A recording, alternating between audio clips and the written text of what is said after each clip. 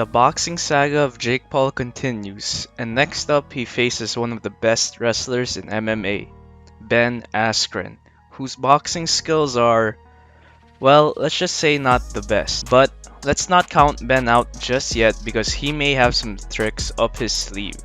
So let's just get things straight. Jake pretty much beats Ben in almost all aspects of boxing.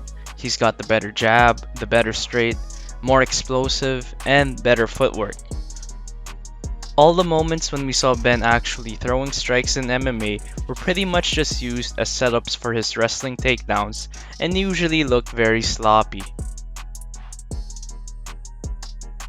Ben doesn't really have those fast twitch muscles to deliver a paralyzing shot because all he really knows is wrestling, and even how he trained in MMA was to utilize as much wrestling as possible. Ben himself knows his boxing skills aren't the best out there. That is why his game plan for this fight is going to be quite different from that of a usual boxer. My goal in fighting was never to box somebody.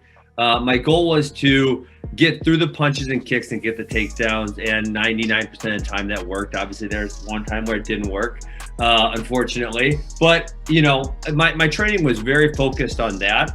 That being said, obviously, I'm at to change up what I was doing striking-wise a little bit. Basing from the footage Ben has of him training and sparring, he has no plans on standing and trading with Jake.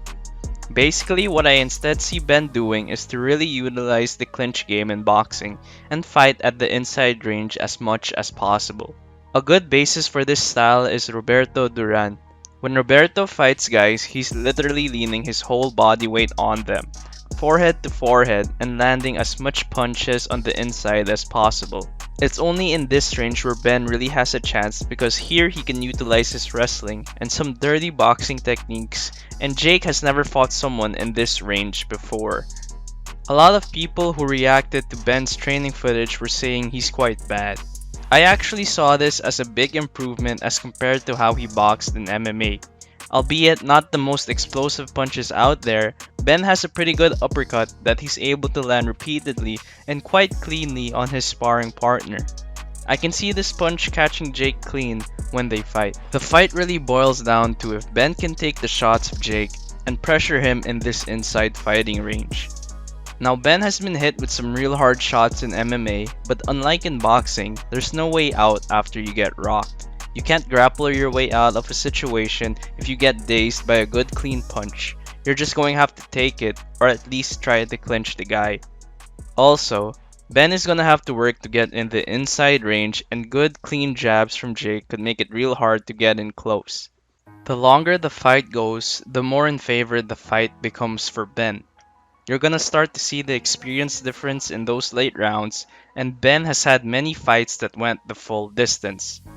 I also believe that if Ben is successful with fighting Jake in the inside range, Jake is eventually going to gas out and Ben can land even cleaner punches.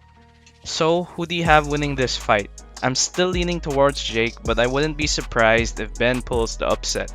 If Ben survives the early onslaught, then the tide will really shift as the rounds go by. Let me know down below who you think is going to win, and see you all in the next video.